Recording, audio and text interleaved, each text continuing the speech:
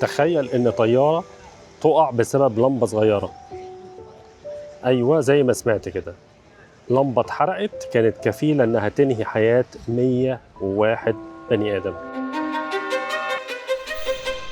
تخيل تكون في الطيارة وكل حاجة ماشية كويس، بس بعد لحظات الطيارة تقع، مش بسبب ان في عطل في الانجن ولا عطل في الكنترولز، لكن كل ده بسبب لمبة مش منورة.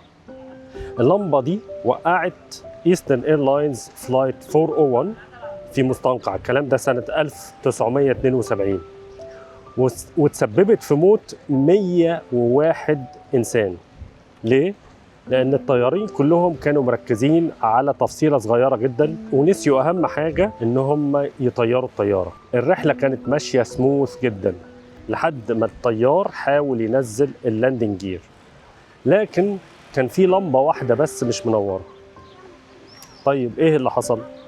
طاقم الطيارة كله قرر إن هو يعرف إيه المشكلة، وكلهم ركزوا على اللمبة. النتيجة إن الطيارة خبطت في الأرض والموت حصل في لحظة.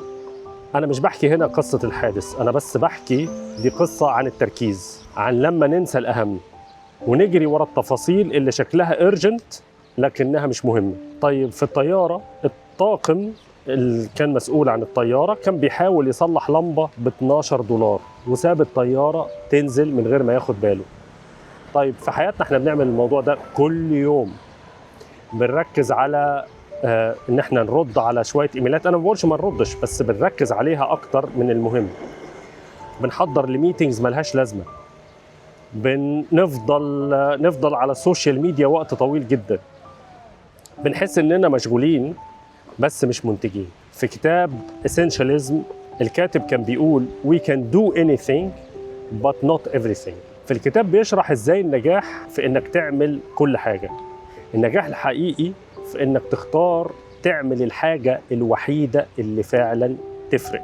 الناس الهاي بيرفورمرز اللي انا بشتغل معاهم دايما بيقولوا لي انا مش عارف اركز، انا مشغول جدا، كل حاجة مهمة. وانا دايما بسألهم السؤال ده، هي فعلا كل حاجة مهمة ولا انت مش قادر تقول لا؟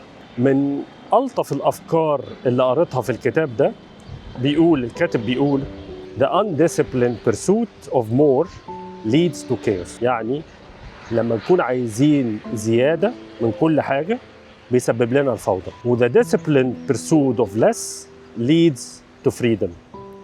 وإن احنا نلتزم بالأقل، يعني نختار بالأقل، بيدينا حرية. لو انت كمان حاسس انك مشغول أكتر من اللازم، جرب التمارين دي. أول حاجة الكتاب كان بينصح بقانون 90%. لو الحاجة مش بتديك 90% وضوح إنها مهمة، قول لا. تاني حاجة اعمل جدول أو حدد وقت للتركيز. حدد وقت واحد في اليوم، حتى لو 30 دقيقة، تكون في كل الحواس بتاعتك مركزة على شغل مهم واحد بس. تالت حاجة اعمل تقييم لأولوياتك بالأسبوع.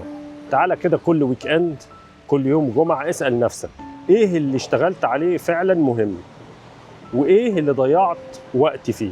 في النهاية الطيارة وقعت بسبب ديستراكشن، بس انت لسه عندك فرصة انك ترجع تركيزك، ترجع اولوياتك، وترجع نفسك تتحكم في حياتك، مش حياتك هي اللي تتحكم فيك.